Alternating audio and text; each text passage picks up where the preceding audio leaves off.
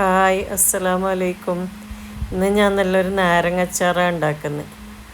ഇതുപോലെ അച്ചാർ ഉണ്ടാക്കിയാൽ നമുക്ക് ഉണ്ടാക്കിയ അന്ന് തന്നെ കഴിക്കാൻ പറ്റും.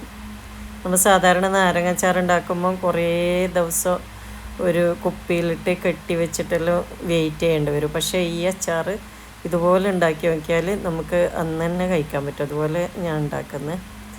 ഞാൻ ജിഞ്ചർ ഗാർലിക് ഒന്ന് ക്രഷ് ചെയ്ത് വെക്കുന്നുണ്ട്. പിന്നെ വേണ്ടത് ഈ ഉലുവ, കടുക്, ഉഴുന്ന് പരിപ്പ് ഇവ ഒന്ന് ചെറുതായി ചൂടാക്കി പൊടിച്ച് വെക്കാം.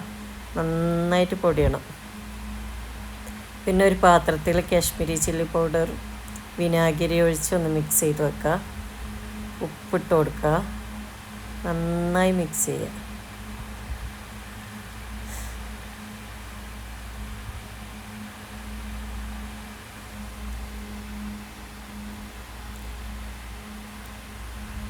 പിന്നെ ഒരു പാൻ അടുപ്പത്ത് വെച്ചിട്ട് നമുക്ക് ഒരു ഓയിൽ ഒഴിച്ച് കൊടുക്കുക. ഞാനിവിടെ ഒലീവ് ഓയിലാണ് ഒഴിക്കുന്നത്. നിങ്ങൾക്ക് ഇഷ്ടമുള്ള ഓയിൽ ഒഴിച്ച് കൊടുക്കുക. വെളിച്ചെണ്ണ ഒഴിക്കാതിരിക്കുന്നതെന്നല്ല. ഒലീവ് ഓയിൽ ഒഴിച്ചതിന് ശേഷം നമുക്ക് കടുവിട്ട് പൊട്ടിയതിന് ശേഷം നമുക്ക് ഈ ജിഞ്ചർ ഗാർലിക് ഇട്ട് കൊടുക്കാം. ഒന്ന് വഴറ്റി മൂത്ത് വരുമ്പോൾ നമുക്ക് ഈ മിക്സ് ഒഴിച്ച് കൊടുക്കുക. മുളകും വിനാഗിരിയും മിക്സ് ചെയ്ത്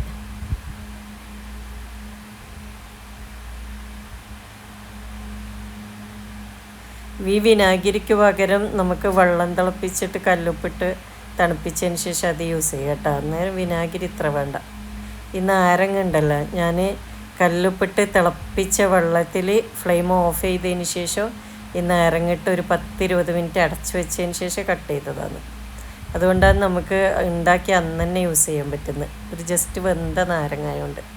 പിന്നെ നമ്മൾ ആ പൗഡർ ഇട്ട് കൊടുക്കുക. കടുക്, ഉലുവ, ഉഴുന്ന് പരിപ്പ് ചൂടാക്കി പൊടിച്ചത് ഒന്ന് തിളപ്പിച്ചതിന് ശേഷം നമുക്ക് തണുത്ത ഒരു നല്ല ചില്ല് കുപ്പിയിൽ ഇട്ട് അടച്ചു വെക്കാം. ഞാനിവിടെ ഫുഡ് കളർ യൂസ് ചെയ്യുന്നുണ്ട്, കുറച്ച് ഒരു ഭംഗിക്ക് വേണ്ടിയിട്ട്. കാശ്മീരി ചില്ലിയാണ് ഇട്ടിന്, എന്നാലും ഒരു റെഡ് കളറ് ഒരു നുള്ളിട്ട് കൊടുത്തിട്ടുണ്ട്. നമുക്ക് വേണമെങ്കിൽ ഇടാം.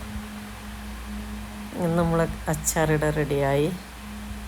നമ്മൾ അച്ചാർ ഇട്ട് വെക്കുന്ന പാത്രം നന്നായി തോർത്തണം. വെള്ളം ഉണ്ടാകാൻ പറ്റില്ല.